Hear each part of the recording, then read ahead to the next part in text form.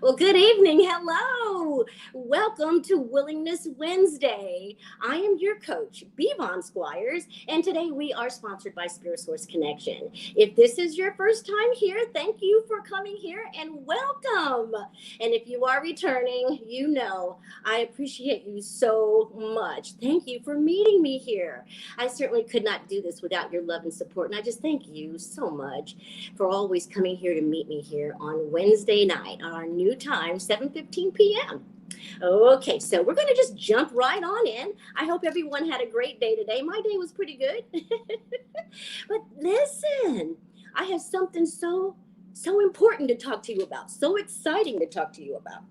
As you may or may not know, we have a series going on based on Stephen Covey's 7 Habits of Highly Effective People. Okay, so I'm going to do just a little recap for us before we jump into habit number 3, which we're going to talk about tonight. Habit number 3, putting first things first, right? But first of all, I want to go back and talk about habit number 1. Habit number 1 introduced us to proactive thinking. Proactive thinking allows us to make decisions based on our values and principles as opposed to our impulses, our feelings, other people's treatment of us, events that we cannot control. We don't want to make decisions based on those types of things that we have no control over. We want to make them based on our values and our principles. Habit number 2 Habit number 2 talked about, I am so stuck right now on habit number 3, putting first things first. But habit number 2 talked about beginning with the end in mind, okay? Habit number 2 introduced us to our imagination. Habit number 2 allowed us to look forward to the future, to dream big, to think about who we want to be, how we want people to remember us, and what goals we actually want to achieve. And then habit number 2 ask us to write it down, write the vision, make it plain. There has to be a starting point to any goal, anything you want to achieve. There is a beginning, a middle, and an end. And so today we're going to be talking about habit number 3, put first things first. The reason that this is so important is, I don't know if you've ever heard the saying, you've got the horse before the cart, or no, you have the cart before the horse. You ever heard that saying before? I used to hear that a lot growing up. Oh, you got the cart before the horse, and I didn't understand exactly what that meant. And then as I kind of understood what it meant, as I, grew up and, started having the ability to think and process things, I understood that that meant that the sequence of activities towards meeting my goal were out of sequence, and I wasn't putting the first thing first. So Stephen Covey has created this habit number 3, and it's talking about putting the first things first, which is also a way of thinking about time management. So we're being introduced to time management here in habit number 3. And I know I'm not the only one who can improve on time management. Has there ever been a time where you forgot, oh my God, that report's due today? Oh my goodness, I have an exam tomorrow. I better spend all day and all night cramming for that exam. That's because you are in quadrant 1, okay? And so the way Stephen Covey has it broken down for habit 3 is in 4 quadrants, okay? Quadrant number 1 is, on this side you have important. These are important things, right? And the important things are those things that will move you towards your goal. Those things that will help you get closer to what you're trying to achieve, no matter what the goal is. Big, small, we're not comparing goals here. Whatever your goal is your goal. If in your mission statement you said you wanted to spend more time with your family, okay, that could be one of your goals. But if you are always in quadrant number one, you're not going to have time to spend quality time to spend with your family, because quadrant number one is the urgent quadrant. Everything's an emergency, everything's a crisis. Gotta act now, gotta do this, gotta do that. And it seems so overwhelming. I don't know about you, but some people, right? Some people have anxiety. And a lot of times that anxiety is because we feel like we don't have enough time to get everything accomplished. And so, what I want you to know today is that it seems as if you don't have enough time, or you feel like you don't have enough time, but in reality, you do have enough time.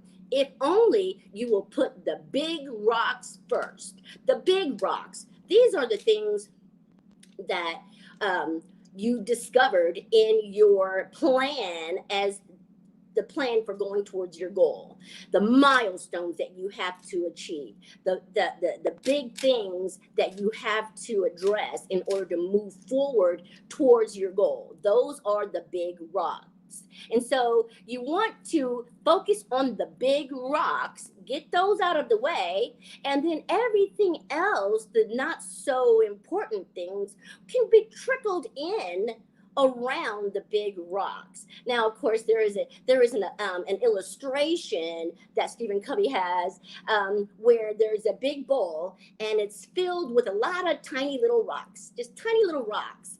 And then the big rocks are outside of the bowl, and these are the big things: family, employment, house, car. These are real big things that you want to focus on, right? And so you start putting them inside this jar on top of all the little small rocks, and there's not enough room. There's just not enough time to get all those big things in. But if you start with the big things in first, the big rocks inside the container first, right? And then pour the little tiny rocks on top of that, and they find their little places all over and around the big rocks, and then there you go.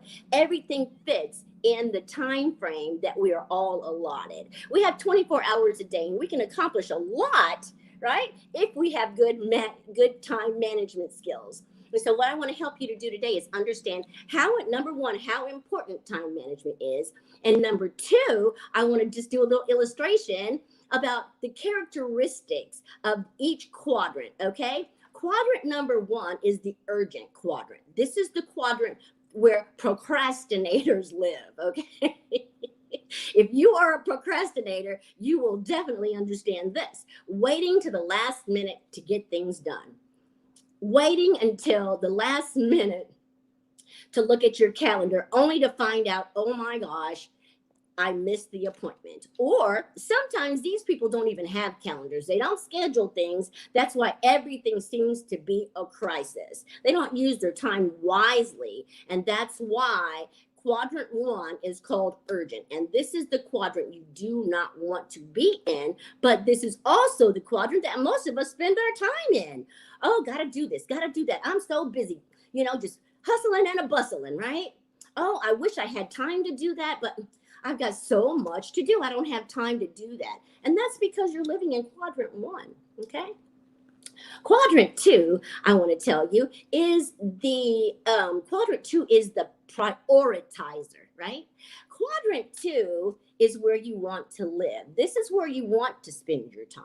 If you can spend your time in quadrant two, prioritizing the big rocks and the smaller events, then you will have the time that you need to spend with your family. You'll have the time that you need to read that book that you've been dying to read. You'll have the time that you need because everything is on a schedule. You have a calendar. Now, of course, I want to tell you, it's going to take self-discipline. If you don't have self-discipline, that's something also that we're going to have to work on, is the self-discipline.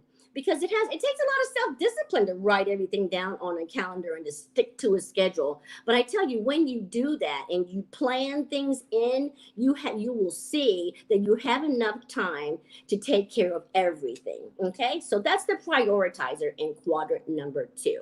In quadrant number 3, we have the yes man. Okay. In quadrant number 3, the yes man. This is the person who is easily interrupted. Oh, yes, I'm doing my work and oh, the phone rang. Ooh, let me see who it is.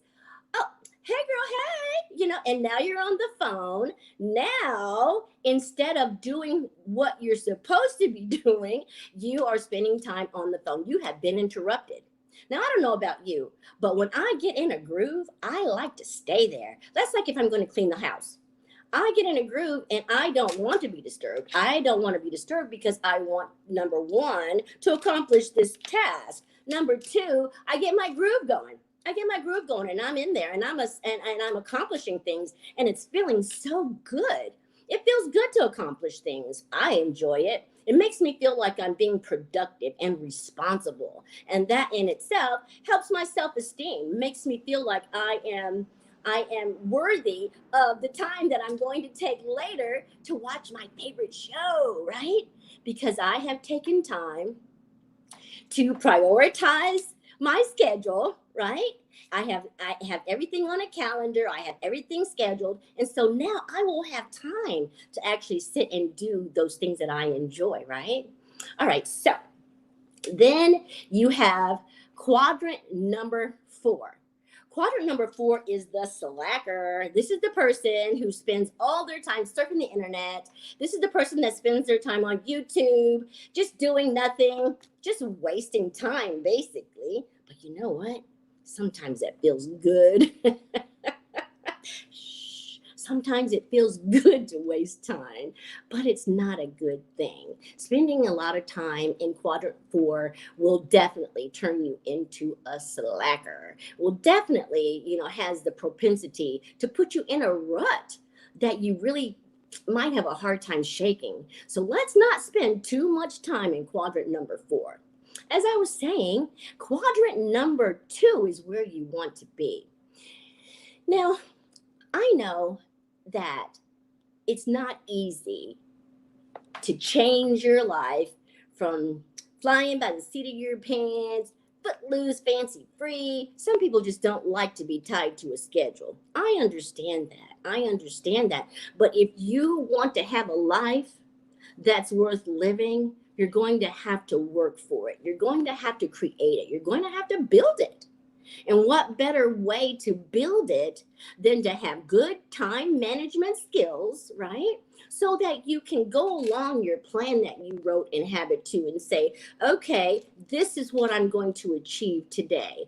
For this week, this is what I'm going to achieve. And so as you are achieving your goals, you're getting closer to the finish line. You're getting closer to the goal as you're completing these tasks, right? Now, I need to tell you that there are some principles that you will need to live by in order to operate in this habit 3, in order to spend most of your time or the majority of your time in quadrant 2, right? Where you are prioritizing things and leaving quadrant 1 for the real emergencies. Oh my God, the house is on fire. Oh my God, I got a flat tire. Oh my God, the kid broke his wrist. Those belong in quadrant 1. Not the report that I didn't spend time creating. No, that doesn't belong in quadrant 1, but a lot of times that's where it is. Okay. So just want to help you. And so that in the analogy that I'm thinking of that helps you understand time management, this will be a good one, I think. Cooking a meal. Okay. Let's say, for instance, you're going to bake a chicken. I'm talking about a free range, no antibiotics, organic chicken. Yes. You're going to pop it in the oven. Okay. But let me tell you, there's prep time and there's cook time. You have to consider all aspects of the goal, all aspects, so that you understand just how much time is needed to accomplish this task. Okay, that's the first thing you need to know is how much time is this going to take me? That's the first thing. And so once you realize, oh, it's going to take an hour, prep time and cooking will take 1 hour. Now you want to make a full meal, right? You don't want to just have chicken. So you're going to have some broccoli. I'm talking organic broccoli. Yummy. And so you're going to have to prepare that as well. The prep time for that, maybe 10 minutes, to wash the broccoli, chop it up how you want it, season it, put a little olive oil on it, and pop it in the oven as well. Okay, so now you have to know it's going to take 20 minutes for the broccoli. So you got an hour for the chicken, right? 20 minutes for the broccoli. And let's say, for instance, you're going to have couscous. Yeah. Or cauliflower rice even, which doesn't take too long. We'll talk about maybe 10 more minutes for the cauliflower rice, okay? Okay, so here you go. You know that the chicken is going to take the longest, so you want to get it in first. That's the first thing first. The chicken has to go first so that the other food is not cold waiting for the chicken to finish cooking.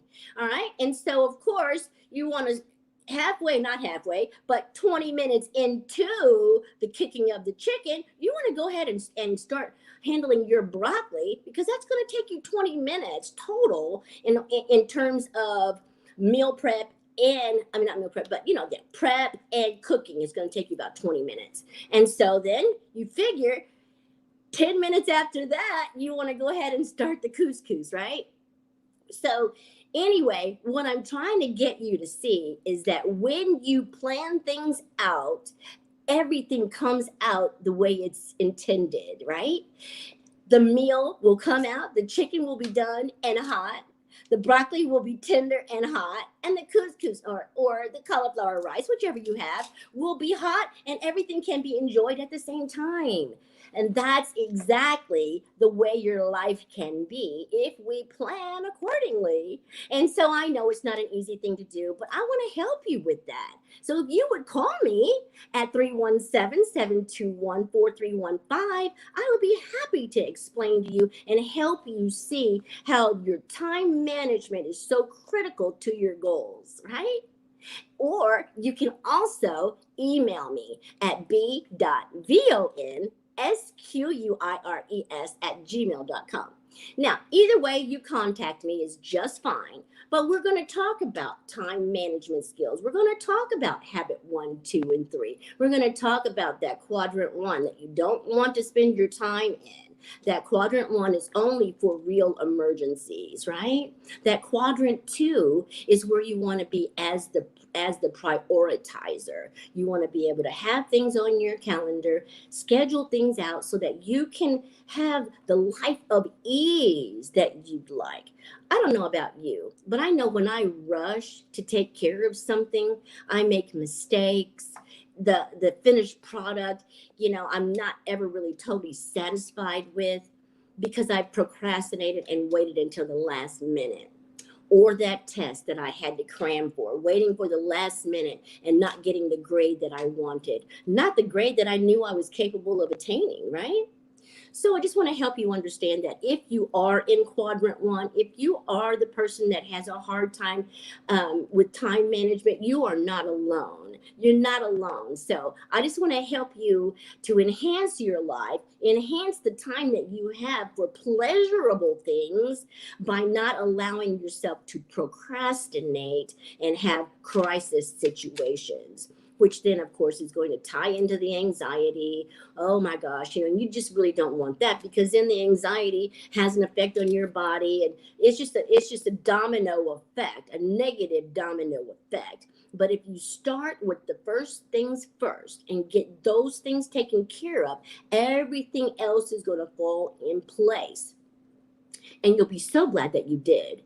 I'm telling you, this process will revolutionize your life. It will give you a sense of freedom. It will give you a sense of control over your life, right? And then when you start seeing that you're able to achieve things and, write it down, knock it, write it down, cross it off, write it down, cross it off. Now your whole list has been crossed off. And guess what? Now you have time to play with your grandbabies. Now you have time to go out in your garden. Now you have time to take that walk. Now you have time to call your girlfriend because she needs you, right? And you want to be able to give her your undivided attention.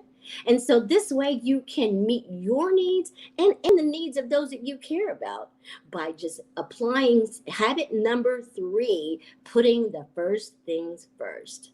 Okay, guys, I think that's going to wrap it up for us this evening. I am so happy that I was able to bring this information to you, and I hope that it somehow has edified you. I hope that you have given yourself an opportunity to listen to this and see, I think maybe I'd like to do something like that. I think I'd like to incorporate habit one, two, and three to my life.